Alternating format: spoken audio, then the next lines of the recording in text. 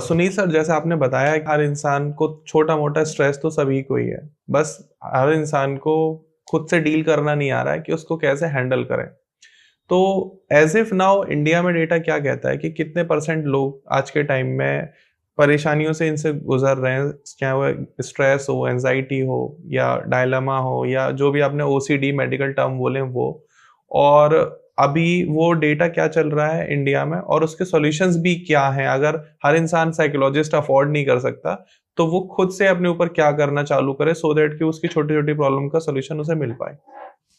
देखिए, डाटा के तौर पे मैं ये कह सकता हूँ कि जब मैंने 2017 में सेशन देने शुरू किए, तो मैं अक्सर ये चीज़ बताता था कि मेंटल डिसऑर्डर, मानसिक रोग, लगभग 7 से 8% के करीब में काउंट होते थे, और डिप्रेशन 8 से 9%। पर ये मेंटल डिसऑर्डर और डिप्रेशन अलग-अलग नहीं है, इनको सिर्फ कैटेगराइज़ कर रखा है, क्योंकि डिप्रेशन बहुत नॉर्मल सी चीज़ है।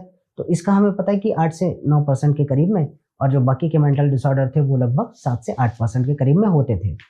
और सिज़ोफ्रेनिया जो मैंने आपको बताया है कि सिज़ोफ्रेनिया केमिकल चेंजेस, और उसमें मैं तो फँस ही चुका हूँ, जो भी मैंने आपको एक्सपीरियंसेस दिए, जी। उस तरह के केसेस लगभग 1 से 2% का डाटा आता था। ठीक है। और 1 से 2% का डाटा को अगर हम कैलकुलेट करें, तो मान लीजिए मैं दिल्ली की आबादी को 2 करोड़ मान लेता हूँ, जी। तो 2 लाख से लेके 4 लाख तक, अच्छा। 2 लाख से लेके 4 लाख तक होता था।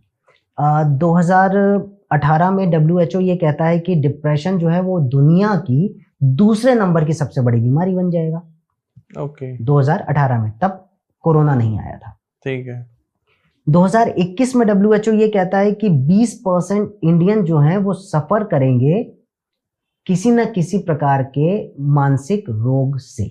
ओके। 2021 में ये डाटा था, और इस तरह का था कि इस साल के अंत तक 20% भारतीय मानसिक रोगों के शिकार हो जाएंगे।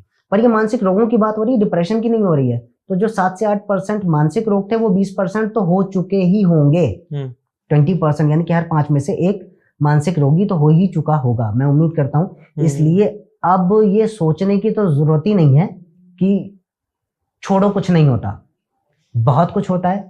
अच्छा, एक चीज और भी कहना चाहूंगा, एक बार न्यूरोटिक डिसऑर्डर हुआ तो साइकोटिक डिसऑर्डर भी होगा।